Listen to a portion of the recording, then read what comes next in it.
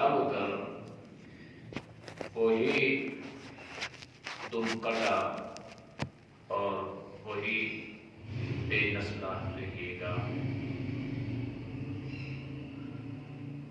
یہ جو سورہ مبارکہ جس کا ترجمہ آپ نے سنا ہے، یہ قرآن کریم کی سب سے چھوٹی سورت ہے۔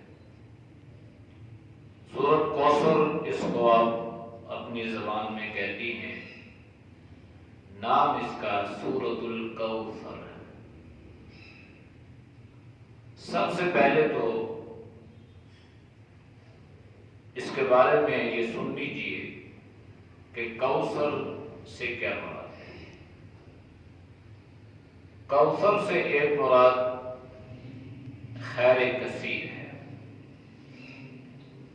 اور کوثر کی دوسری مراد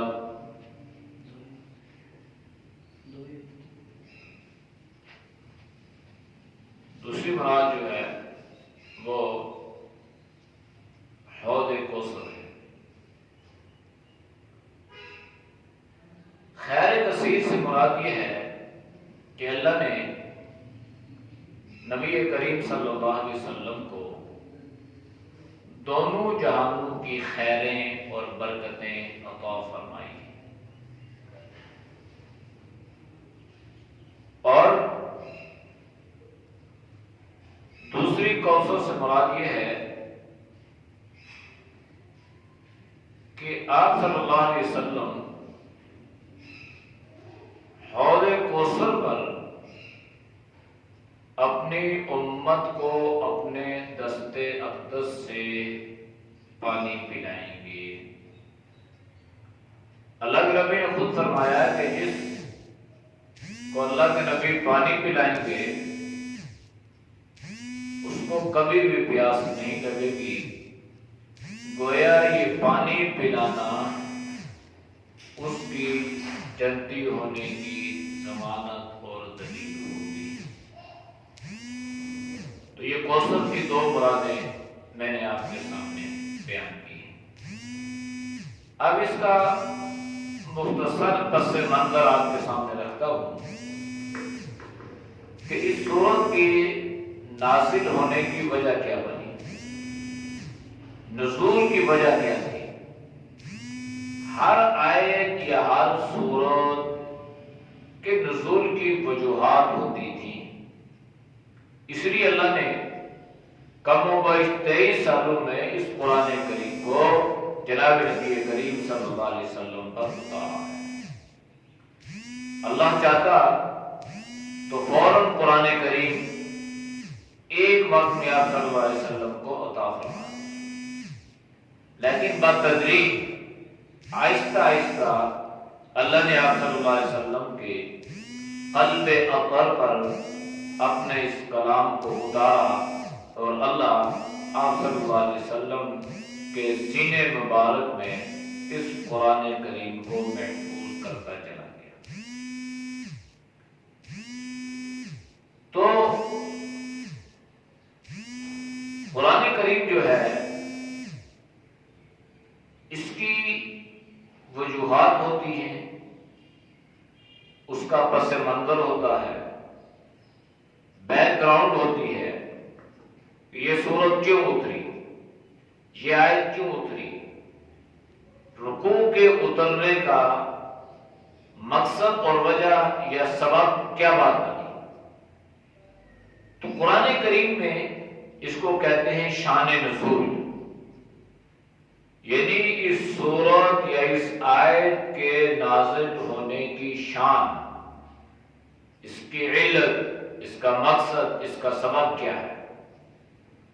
تو آپ نے اس بات کو یاد رکھنا ہے کہ سورۃ الکوثر کا شان نزول کیا ہے، اس سورت کے نازل ہونے کا سبب اور ذریعہ کیا ہے۔ تو پھر جب آپ کو یہ سبب اور ذریعہ سمجھ میں آئے گا، شان نزول جب آپ کو یاد ہوگا، تو اس پر بہت سارے مسائل بھی، عقائد بھی، نظریات بھی آپ جو ہے وہ اپنے عقائد اور نظریات اور اعمال آپ اس سے اخذ کر سکتی ہیں، اس سے نتائج آپ نکال سکتی ہیں۔ اللہ نے جناب نبی کریم صلی اللہ علیہ وسلم کو اولاد عطا فرمائی، بچیاں، حضرت رقیہ، حضرت زینب، حضرت ام کلثوم اور حضرت فاطمہ الزہرا رضی اللہ عنہ۔ یہ اللہ نے آپ کو 4 صاحبزادیاں عطا فرمائی۔ ان چاروں کے آپ نے نکاح بھی کروائی۔ ایک حضرت عمر بن عاص، ایک حضرت علی رضی اللہ تعالی عنہ، اور 2 آپ کی صاحبزادیاں حضرت عثمان بن عفان رضی اللہ تعالی عنہ کے نکاح میں آئیں۔ پہلے جو ہے ان کا نکاح عتبہ اور شیبہ جو ابو جہل کے بیٹے ہیں ان سے ہوئے تھے۔ عرب میں ایک دستور یہ بھی تھا، زمانہ عرب میں ایک دستور تھا، ان کا ضابطہ یہ بنا ہوا تھا کہ وہ بالکل چھوٹی عمر میں نکاح کرتے ہیں۔ تو ان بچوں کا بھی نکاح چھوٹی عمر میں ہوگی، لیکن جب اللہ نے آپ صلی اللہ علیہ وسلم کو نبوت عطا فرمائی تو یہ ابو جہل وغیرہ جب آپ کے دشمن ہو گئے تو اس دشمنی میں آپ کی بچیوں کو بھی طلاقیں ہو گئی۔ خیر، یہ میں نے مختصراً آپ کے سامنے اس کی وضاحت کی۔ اللہ نے آپ صلی اللہ علیہ وسلم کو 4 بیٹیاں اور اللہ نے آپ صلی اللہ علیہ وسلم کو بیٹے بھی عطا فرمائے۔ مختلف تاریخی اعتبار سے اس میں اقوال ہیں، 2 کا بھی ہے، 3 کا بھی ہے، 4 کا بھی ہے۔ ناموں میں بھی تھوڑا سا اختلاف ہے، طیب، طاہر، عبداللہ، قاسم، ابراہیم۔ تو اس پر بہرحال علماء نے تفصیلاً بحث فرمائی ہے کہ بعض مرتبہ ایک بچے کے 2 نام بھی ہو سکتے ہیں، اور عرب میں نام کے ساتھ کنیت کا بھی عمل دخل تھا، تو ممکن ہے ایک بچے کے 2 نام ہو اور اسی کی کنیت بھی ہو۔ تو طیب، طاہر ایک کا نام ہے، پھر ان کی کنیت عبداللہ، پھر ایک بچے کا نام قاسم اور ایک کا نام ابراہیم۔ بہرحال مختصر یہ کہ آپ کے صاحبزادے 2 ہوں، 3 ہوں، 4، اللہ نے جو آپ صلی اللہ علیہ وسلم کو بیٹے عطا فرمائے نا، اللہ کا کرنا یہ ہوتا کہ جو آپ کا بچہ پیدا ہوتا وہ کچھ عرصہ کے بعد، کچھ دنوں کے بعد، کچھ ہفتے مہینے کے بعد انتقال فرمایا جاتا۔ اب دینے والا بھی اللہ ہے، لینے والا بھی اللہ ہے۔ مشرکین کا بھی یہی عقیدہ تھا کہ اللہ ہی دینے والا ہے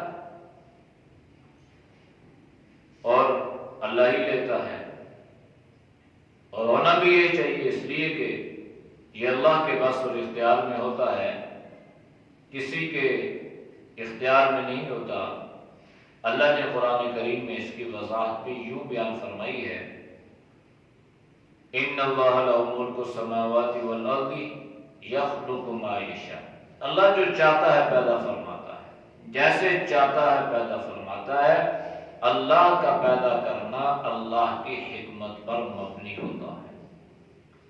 یَهْبُ لِمَن یَشَاءُ إِنَاثًا، اللہ جسے چاہے بچیاں دے، وَيَهْبُ لِمَن یَشَاءُ ذُکُورًا، اللہ جسے چاہے بچے دے، وَيَجْعَلُ مَن یَشَاءُ عَقِیمًا، اللہ جسے چاہے بچے بھی دے، ذُکْرَانًا وَإِنَاثًا، بچے بھی دے، بچیاں بھی دے، اور اللہ جسے چاہے بانجھ رکھے، نہ بچے دے نہ بچیاں دے۔ تو اولاد جو ہے یہ اللہ کے اختیار میں ہے۔ اللہ نے آپ صلی اللہ علیہ وسلم کو اولاد عطا فرمائی۔ جب بچے پیدا ہونا شروع ہوئے تو ایک بیٹا پیدا ہوا، اس کا بھی انتقال ہو گیا، دوسرا بیٹا پیدا ہوا، اس کا بھی انتقال ہوا۔ ایک بیٹا جس کا نام آپ نے ابراہیم رکھا، حضرت ابراہیم۔ جب یہ بچہ بیمار ہوا نا تو مشرکین مکہ نے جو آپ کے دشمن تھے انہوں نے آپ کو تانے دینا شروع کر دیے اور آپس میں چمگوئیاں اور بات چیت کرنے لگے کہ اس کے بچے تو ہیں ہی نہیں ہیں، گویا یہ لاولد ہے۔ یعنی وہ بچیوں کو یہ سمجھتے نہیں تھے کہ یہ بچے بھی آخر اولاد ہیں، لیکن وہ کہتے تھے بس اس کی اولاد نہیں ہے۔ تو جب اس کے بچے نہیں ہیں تو یہ بچہ ہے، یہ بھی بیمار ہے، یہ بھی فوت ہو جائے گا، تو اس کی نسل نہیں چلے گی، مقطوع النسل، نسل ختم ہو جائے گی۔ جب نسل ختم ہوگی تو اس کا نام دینے والا بھی کوئی نہیں ہوگا۔ لہذا یہ بات وہ کہنے لگے، کرنے لگے، اور یہ پروپیگنڈا جو ہے نا، جتنے منہ اتنی باتوں، تو ہر ایک کی زبان پہ آتا ہے۔ بات کہتے ہیں اچھا تھوڑا عرصہ برداشت کر لو، اس کی اولاد تو ہے نہیں ہے، بچے تو بچتے نہیں ہیں، بچیاں جو ہیں یہ دوسروں کا مال دوسروں کے گھر میں چلی جاتی ہیں، نسل تو بچے سے چلتی ہے، جب بچہ نہیں ہوگا نسل نہیں چلے گی تو بات تمام ہو جائے گی، کام ختم ہو جائے گی۔ تو گویا مشرکین نے آپ کو یہ طعنہ دیا کہ آپ کا نام لینے والا کوئی نہیں ہوگا، آپ مقطوع نسل ہو جائیں گے۔ جب یہ سارے پروپیگنڈے انہوں نے شروع کیے، طعنے دینے لگے، آپ کو پریشان کرنے لگے، یہاں تک کہ آپ کے صاحبزادے حضرت ابراہیم کا بھی انتقال ہو گیا۔ اب اللہ کے نبی کو دورہ دکھ، ایک افسوس تو بچے کی جدائی کا ہے، اور دوسرا دکھ اور پریشانی جو ہے مشرکین اور کفار کی باتوں کی۔ اور یہ جو باتیں ہیں نا، یہ طعنے، یہ جو تلوار کا زخم ہے نا، تلوار کا، وہ تو پھر اس پہ مرہم لگائیں گے، علاج کریں گے، درست ہو جائے گا، لیکن یہ جو زبان کا زخم ہے نا، زبان کے، یہ بڑے گہرے ہوتے ہیں، ان کو بھرتے بڑا عرصہ لگتا ہے۔ اس لیے زبان کی حفاظت بہت ضروری ہے۔ کوشش یہ کیا کریں کہ زبان سے کسی کو دکھ نہ پہنچائیں، کسی کو اذیت نہ دیں، کسی کو پریشان نہ کریں۔ ہاں اگر کوئی آپ کو دے رہا ہے تو آپ اس کو برداشت کریں، اور اس کے لیے آپ ہدایت کی پھر بھی دعا کریں۔ یہ میرے پیغمبر کی سنت ہے، یہ میرے اور آپ کے نبی کا اخلاق، اور میرے اور آپ کے نبی کی یہ عادت مبارکہ ہے۔ حالانکہ اللہ کے نبی غیور تھے، آپ غیرت مند تھے، آپ سے غیرت مند تو دنیا میں کوئی آیا بھی نہیں ہے۔ آپ نے خود فرمایا نا غیور، اللہ غیرت والا اور پھر میں غیرت مند ہوں۔ لیکن اس کے باوجود آپ بدلہ نہیں لیتے تھے، آپ انتقام نہیں لیتے تھے، طاقت کے باوجود آپ رحم اور عدل اور انصاف سے کام لیتے، اپنی زبان کے بول کو میٹھا بنائیں، زبان کینچی کی طرح نہ چلے، زبان زخم بھرنے والی مرہم کی طرح لے، نہ کہ زخم پر نمک چڑھنے کے مترادف ہو۔ تو اب اللہ کے نبی کو دورہ دکھ اور افسوس کہ ایک تو بچہ اللہ نے دیا، پھر اللہ نے لے لیا، اور یہ بھی اللہ کی طرف سے ایک امتحان اور کتنی بڑی ایک آزمائش ہوتی ہے کہ اللہ اولاد دے کے لے رہا ہے۔ اور ہمیشہ یہ دعا کرنی چاہیے کہ والدین پر اللہ اولاد کی آزمائش سے حفاظت فرمائے۔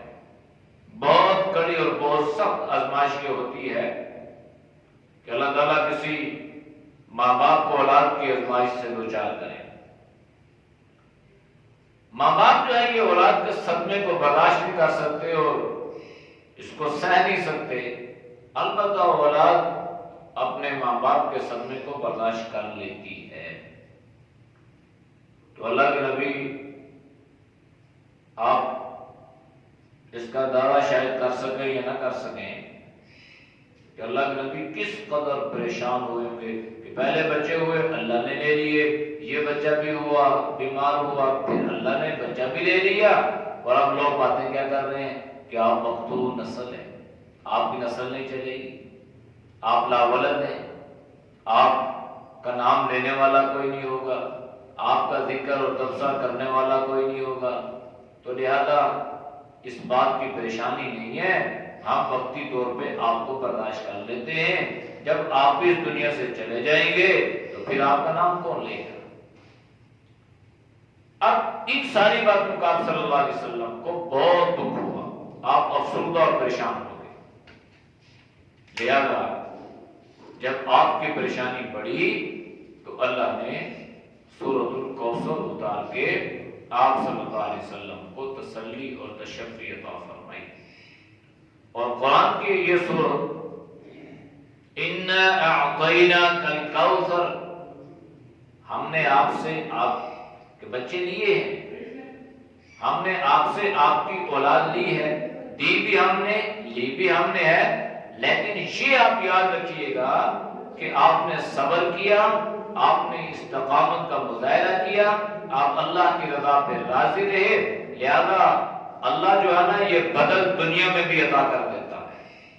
اللہ نے بدلا رکھا ہے، آخرت میں تو ہے ہی ہے نا کہ اگر انسان صبر کر لے اور اس صدمے کو برداشت کر لے تو صبر کا بدلہ جو اللہ دیتا ہے، قرآن میں اللہ نے ذکر فرمایا انما یوفی الصابرون اجرهم بغیر حساب۔ کوئی پریشانی آئے، کوئی مصیبت آئے، کوئی برا بلا کرے، اللہ کے رضا کے لیے جب آپ برداشت کر لیں گے، صبر کر لیں گے تو اس کا بدلہ اللہ آپ کو دے گا، لیکن جب آپ برداشت نہیں کریں گے، آپ صبر نہیں کریں گے، آپ انتقام پہ اتر آئیں گے، آپ بدلہ لینے کی کوشش کریں گے تو اب اللہ آخرت میں آپ کو جو ہے اس کا اجر اور ثواب عطا نہیں فرمائے گا۔ دنیا میں چاہے آپ وہ لے سکیں یا نہ لے سکیں، لیکن آخرت کے اجر و ثواب سے آپ محروم ہوں گے۔ اس لیے صبر کرنا ہے اور صبر کو سیکھ رہا ہے۔ کوئی آزمائش، امتحان، پریشانی آتی ہے تو صبر کے ساتھ، استقامت کے ساتھ، ہمت کے ساتھ، عزیمت کے ساتھ اس کا مقابلہ کرنا ہے۔ تو جب اللہ کے نبی نے اس عظیم صدمے کو برداشت کیا، اولاد کی جدائی بہت بڑی جدائی ہوتی ہے، یہ تو وہی بتا سکتے ہیں جن کے پیارے اللہ نے دنیا میں لے لی۔ تو اللہ نے آپ کو تسلی دی، اِنَّا أَعْطَيْنَاكَ الْكَوْثَرَ، اے میرے محبوب آپ کو پریشان ہونے کی ضرورت نہیں ہے، آپ سے جو ہم نے اولاد لی ہے نا، اس اولاد کے بدلے میں ہم نے آپ کو کوثر عطا کر دی ہے، اور کوثر سے مراد دنیا جہان کی بھلائیاں بھی ہیں، دونوں جہان کی خیر اور برکت بھی ہے، اور کوثر سے مراد حوض کوثر بھی ہے کہ یہاں اولاد لی، اس کا عوض، اس کا بدلہ ہم نے آپ کو جنت میں اس صورت میں عطا کر دیا۔ تو اللہ یہ انعام دیتا ہے، صدمے کے سہنے پر، صدمے کے برداشت کرنے پر اللہ انسان کو یہ انعام دیتا ہے۔ تو اللہ نے آپ صلی اللہ علیہ وسلم کو یہ حوض کوثر بطور انعام کے، بطور گفٹ دیا کہ آپ نے برداشت کیے نا، بڑے استقامت کا مظاہرہ کیا، لہذا اس کا بدل یہ ہے اور اس کا انعام اور اکرام یہ ہے۔ لہذا آپ کیا کریں، فَصَلِّ لِرَبِّكَ وَانْحَرْ، بس آپ لوگوں کی باتوں کی زیادہ پرواہ نہ کریں، بس آپ اپنے اللہ سے جو رابطہ آپ کا ہے نا اس رابطے میں مضبوط رہیں، آپ کو غمزدہ، دکھی اور پریشان ہونے کی ضرورت نہیں ہے، آپ اپنے اللہ کے لیے نماز پڑھیں۔ فَصَلِّ لِرَبِّكَ، فَصَلِّ کہتے ہیں نماز کو، لِرَبِّ سے یہ معلوم ہوا کہ نماز اللہ کی رضا کے لیے پڑھنی ہے۔ تو جو عمل بھی کرنا ہے نا، اس نیت اور اس ارادے سے کرنا ہے کہ ہمارا اللہ ہم سے راضی ہو جائے، میرا رب مجھ سے راضی ہو جائے۔ جب یہ عمل ہوگا اس کو کہتے ہیں اخلاص۔ تو جب عبادت میں اخلاص ہوگا تو اللہ عبادت کو قبول فرمائیں گے، لیکن اگر خدا نخواستہ عبادات میں اخلاص نہیں ہوگا تو پھر یاد رکھیے اللہ کو آپ کی ایسی عبادت کی قطعاً ضرورت نہیں ہے جس میں اخلاص نہیں۔ تو عبادت میں اخلاص پیدا کرنا ہے اور ہر عمل اللہ کے لیے اور اللہ کی خوشنودی کے لیے اور اللہ کی رضا کے لیے کرنا ہے، لوگوں کے لیے نہیں کرنا۔ اچھا لوگوں کے لیے کیا تو کیا ہوگا؟ لوگ آپ کی تعریف کر لیں گے، تو تعریف کرنے سے کیا ہوگا؟ آپ کو پر لگ دیں گے، آپ ہوا میں اڑنا شروع کر دیں گے، کچھ نہیں ہوگا۔ تعریف بھی 2-4 دن ہوگی، تعریفیں بھی گئی، اعمال بھی نہیں ہوگے۔ اس لیے نہیں کرنا کہ لوگ تعریف کریں، لوگ یہ کریں، لوگ نہیں۔ اس لیے کرنا ہے کہ اللہ کی رضا کے لیے کرنا ہے، اللہ کی خوشنودی کے لیے کرنا ہے، اور اس کو حق سمجھ کے کرنا ہے کہ یہ میرے اوپر حق تھا، میں نے اللہ کی رضا کے لیے اس کو کیا ہے، اللہ میرے اس عمل کو قبول فرما اور اللہ میرے اس عمل کو میری بخشش اور مغفرت کا ذریعہ بنا۔ وانحر، قربانی کا، قربانی سے کوئی بھی قربانی مراد ہے، جانور کا ذبح کرنا بھی قربانی ہے، اپنی خواہشات کو قربان کرنا بھی قربانی ہے، اور لوگوں کی باتوں کو برداشت کر کے اس کا جواب اچھائی سے دینا یہ بھی قربانی ہے۔ تو لہذا اللہ نے آپ کو فرمایا بس آپ اپنے اعمال پہ توجہ دیں اور آپ یہ اعمال کرتے رہے، اللہ کے لیے کرتے رہے۔ باقی لوگ کیا کہتے ہیں، کیا انہوں نے کرنا ہے، لوگ کہتے ہیں، کہتے رہیں گے، کہتے تھے، آپ نے اس کی فکر نہیں کرنی۔ تو یہ نہیں دیکھنا کہ لوگ کیا کہہ رہے ہیں، جیسے آج کل ہم اس کا شکار ہو جاتے ہیں، جی لوگ کیا کہیں گے، اللہ کیا کہے گا، اللہ کا پیغمبر کیا کہے گا، میرا نبی کیا کہے گا۔ کلمہ ہم نے اللہ اور اللہ کے رسول کا پڑھا، لوگوں کا کلمہ نہیں پڑھا۔ لا الہ الا اللہ محمد رسول اللہ پڑھا ہے، اللہ نے یہ کلمہ ہمیں عطا فرمایا ہے۔ بس اللہ اور اللہ کے رسول کیا کہیں گے اس کو مرود خاطر رکھنا ہے، اس کو سامنے رکھنا ہے، اس کو فوکس کرنا ہے۔ باقی جس نے اچھا کیا تو اچھا، جس نے برا کیا تو برا، کہنے سننے کی فکر اور پرواہ نہیں کرنی۔ اللہ کے نبی کو لوگوں نے کیا کچھ نہیں کہا، آپ کی تعریفیں بھی کی اور آپ کے بارے میں برے برے القابات بھی کہے۔ تو لہذا عمل جو ہے وہ اللہ کی رضا کے لیے کرنا ہے، اللہ کی خوشنودی کے لیے کرنا ہے۔ آخری بات، ان شانئک هو الابتر، بے شک آپ کا جو دشمن ہے نا وہی ابتر ہوگا، وہی بے نسلہ ہوگا، وہی مقطوع النسل ہوگا، اور وہی بے مراد ناکام اور بے نام و نشان ہوگا۔ اللہ نے آپ کو ایسی عزت اور رفعت عطا فرمائی ہے کہ پوری امت گویا آپ کی روحانی اولاد ہے،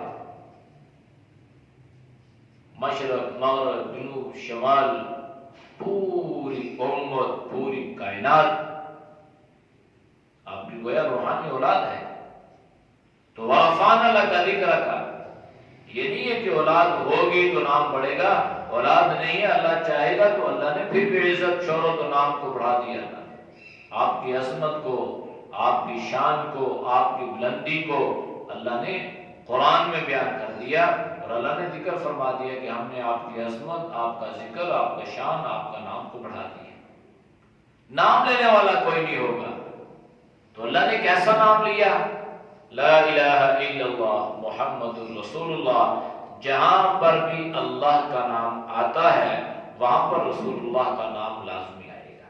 نماز میں پڑھتے ہیں آپ، سورۃ فاتحہ پڑھیں، سورت پڑھتی ہیں، رکوع سجود میں جاتی ہیں، اللہ کی تحمید تسبیح بیان کرتی ہیں، تشہد آپ پڑھتی ہیں، تو اس میں آپ کیا کرتی ہیں؟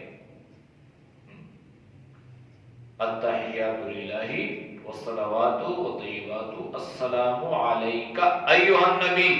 وہاں پر بھی اللہ کے نبی کا ذکر، وہاں پر بھی رحمتیں اور برکتیں، وہاں پر بھی درود شریف۔ آپ اقامت میں آئے تو اقامت میں آپ کا نام، اذان میں آپ کا نام، کلمے میں آپ کا نام۔ تو اللہ نے اپنے نام کے ساتھ اپنے حبیب صلی اللہ علیہ وسلم کے نام کو جوڑ کر ان کافروں کو یہ جواب دیا۔ تم یہ کہتے ہو کہ اگر بچے نہیں ہوں گے تو نام کون لے گا؟ اللہ یہ کہتا ہے کہ بچے نہیں بھی ہوں گے، اولاد نہیں بھی ہوگی، تب بھی کائنات کے ذرے ذرے میں آپ کا نام نامی ہوگا۔ اس لیے دشمن کی باتوں کی پرواہ نہیں کرنی، جو اس نے کہنا ہے وہ کہتا رہے گا۔ ہمارا منصب یہ ہے، ہمارا حق یہ ہے کہ ہم اپنی تمام تر توجہ اللہ کی طرف رکھیں۔ اللہ ہم سب کو ان باتوں پر عمل کی توفیق نصیب فرمائے۔ وآخر دعوانا الحمدللہ رب العالمین۔ دعا فرمائے۔ الحمدللہ رب العالمین والعاقبۃ للمتقین والصلاۃ والسلام علی النبی الامی الکریم۔ یا اللہ ہم سب کے سزا کے گناہوں کو معاف فرما، گناہوں سے حفاظت فرما۔ اے اللہ نیک اعمال کی توفیق نصیب فرما، برے اعمال سے، برے خیالات سے، برے راستوں سے، بری صحبت سے اللہ تو ہم سب کے حفاظت فرما۔ یا اللہ جتنی مائیں بہنیں اللہ تیری رضا کے لیے آئی ہیں، یا ارحم الراحمین اللہ ان کے آنے کو قبول فرما۔ یا اللہ ان کے آنے کو قبول فرما، اور یا اللہ انہی کو پوری امت کی ہدایت کا ذریعہ بنا۔ یا اللہ ہم سب کو دین کی محنت کے لیے اے اللہ قبول فرما، اور یا اللہ جب تک زندہ رہیں یا اللہ تیرے دین کی سربلندی کا کام کرتے رہیں۔ یا اللہ جو مسلمان دنیا سے رخصت ہو چکے حالت ایمان میں اللہ تو سب کی مغفرت فرما۔ اے اللہ تو سب کے درجات کو بلند فرما، بیماروں کو شفا عطا فرما، جو پریشان حال ہے اللہ ان کی پریشانی کو دور فرما۔ اللہ ہماری دعاؤں کو التجاؤں کو اپنی برگاہ میں قبول فرما۔ وصلی اللہ تعالی علی نبی الامی وعلی آلہ وصحبہ اجمعین برحمتک یا